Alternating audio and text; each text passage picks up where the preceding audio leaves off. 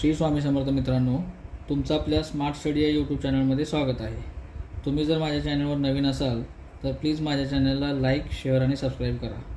मित्रांनो, Maharashtra board 2026-27 new syllabus third स्टँडर्डचे सर्व सब्जेक्ट टेक्स्टबुकमधील लेसन तुम्हाला आपल्या स्मार्ट स्टडी या यूट्यूब चॅनलवर भेटतील.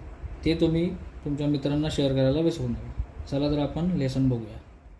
मित्रांनो, आज आपण शिकणार आहोत Marathi textbook third standard lesson number 4 पाणी. त्याच्या अगोदर मित्रांनो आपण लेसन समजून घेऊयात आणि नंतर लास्ट क्वेश्चन आन्सर बघूयात. ठीक आहे. आता ही एक कविता आहे पाणी मराठीमध्ये, आपण ही बघूयात. ऐका मना आणि वाचा. तर जरासे लागता ऊन पाणी जातं रुसून, जातं उंच उंच वाफेच्या विमानी बसून. आता याचा अर्थ काय होतं? जरासे ऊन लागतं पाणी जाते रुसून, म्हणजे जेव्हा सूर्याचं ऊन लागतं पाण्याला तेव्हा पाणी रुसून जातं. रुसून जातं म्हणजे ते काय अर्थ केलं आहे की पाण्याची जेव्हा वाफ होते, इथे दिले बघा चित्रामध्ये, उन्हामुळे पाण्याची वाफ होते आणि पाणी वर जातं. त्यामुळे ते कवीने काय बोलले ते की जरासे ऊन लागता पाणी जाते रुसून, जात उंच उंच वाफेच्या विमानी बसून. आता वाफेच्या विमानी म्हणजे इथे विमानाचा अर्थ काय दिला आहे? वाफ.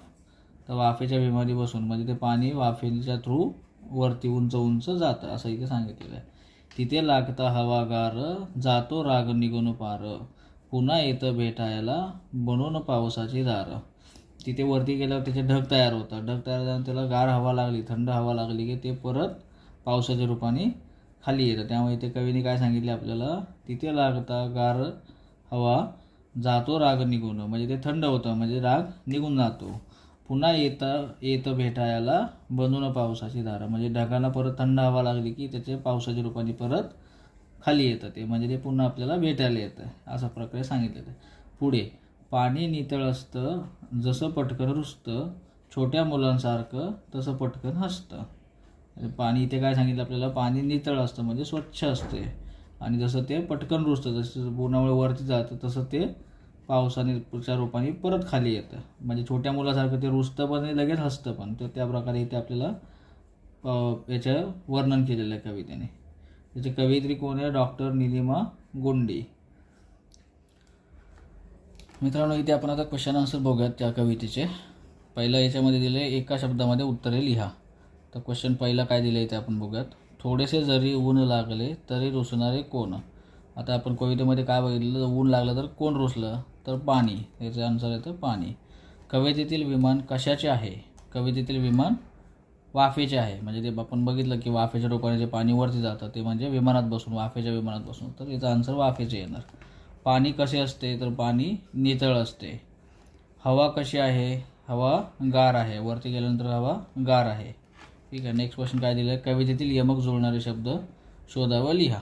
आता याच्यामध्ये उदाहरणार्थ आपल्याला एक्झाम्पल दिलेले आहे गार, पार. तर त्या प्रकारे असे रुसून, ऊन, हस्त, रुस्त, धार, पार. तर अशा प्रकारे इथे यमक जुळणारे शब्द दिलेले आहेत. हे आपण पोएममधले, कवितेमधले बघून लिहिलेले आहेत. ठीक आहे. त्याच्यानंतर आहे खालील वाक्य योग्य आणि अयोग्य ते लिहा. योग्य अयोग्य म्हणजे चूक किंवा बरोबर.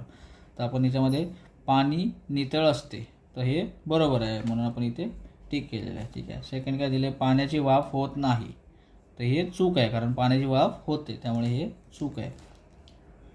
वाफेला हवा लागली की पाऊस पडतो, हे बरोबर आहे, मग इथे आपण बरोबर दिले. योग्य. कवीच्या मते पाणी कधी रुसत नाही, हे चूक आहे. कवीच्या मते पाणी रुसते, म्हणजे आपल्याला पोएमध्ये आपण बघितलं की पाणी रुसल्यावर काय होतं? ते वरती जातं वाफेच्या रूपाने. म्हणजे कवीच्या मते पाणी रुसतं, तर इथे चूक दिलेलं आहे म्हणून हे आपण अयोग्य केलेलं आहे. ठीक आहे. नेक्स्ट आपण बघूयात इथे आता.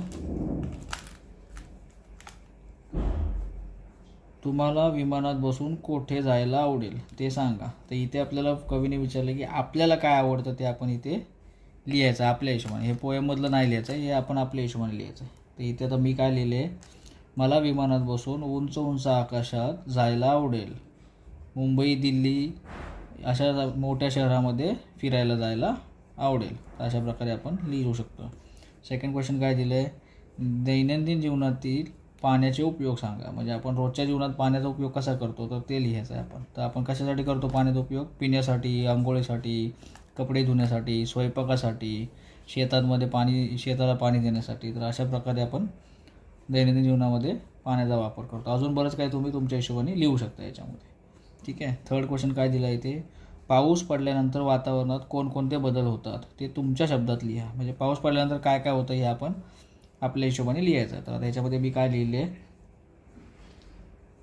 कडक उन्हानंतर म्हणजे उन्हाळा जेव्हा संपून जातो त्याच्यानंतर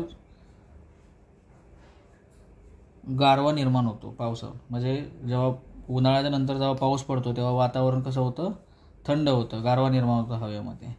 त्याच्यानंतर काय, सुखद मातीचा सुगंध सगळीकडे पसरतो. म्हणजे जेव्हा पहिल्यांदा पाऊस पडतो तेव्हा पाण्याचा आपल्याला जो मातीचा वास येतो ना, सुगंधी पसरतो तिकडे पूर्ण मातीचा. त्याच्यानंतर नदी, नाले, विहिरी, तलाव हे सगळे पाण्याने पूर्ण भरून व्हायला लागतात. अशा प्रकारे तुम्ही अजून बरंच काय याच्यामध्ये लिहू शकता, पाऊस पडल्यानंतर काय काय बदल वातावरणात होतात ते. ठीक आहे. नेक्स्ट याच्यामध्ये आपण परत बघूया पुढे. इथे काय दिलं आहे, खालील शब्दांना साठी हा प्रत्यय जोडून शब्द लिहा. म्हणजे इथे आपल्याला एक्झाम्पल दिलेले आहे पिणे. तर पिणेला साठी हा शब्द कसा जोडतो, पिण्यासाठी. तर अशा प्रकारे आपल्याला साठी हा शब्द पाठीमागे जोडायचा आहे आणि त्याच्यामधून शब्द तयार करायचे. तर पुढे काय दिलं आहे ते खाणे. तर खाण्यासाठी काय होतं, खाण्यासाठी. नेक्स्ट काय, गाणे. तर गाण्यासाठी. हसणे, हसण्यासाठी. निघणे, निघण्यासाठी. बसणे, बसण्यासाठी. रुसणे, रुसण्यासाठी. तर अशा प्रकारे हे शब्द आपण तयार केलेले आहेत. नेक्स्ट क्वेश्चन काय दिलं आहे ते, मुलगा आणि ढग यांच्यातील संवाद लिहायचे. म्हणजे एक मुलगा आणि ढग काय बोलू शकतात तर ते आपण आपल्या हिशोबाने लिहायचं आहे इथे.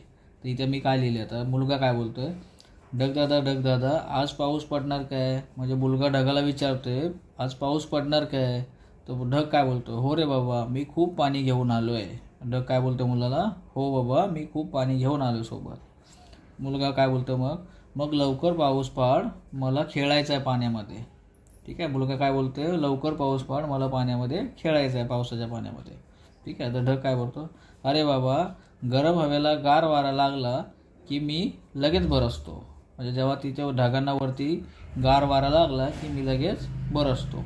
मुलगा, अरे वा, मग मी माझी कागदाची बोट तयार करतो. मुलगा काय बोलतोय ढगाला, वा लगेच पाऊस पडला तर मग मी लगेच माझ्या कागदाची बोट तयार करतो मला खेळायला. ठीक आहे. ढग काय बोलतोय, छान, मग घ्या पावसाची छान धार, पावसाची मजा. तर अशा प्रकारे ढग आणि मुलगा याच्यामधला संवाद आपण लिहिलेला आहे.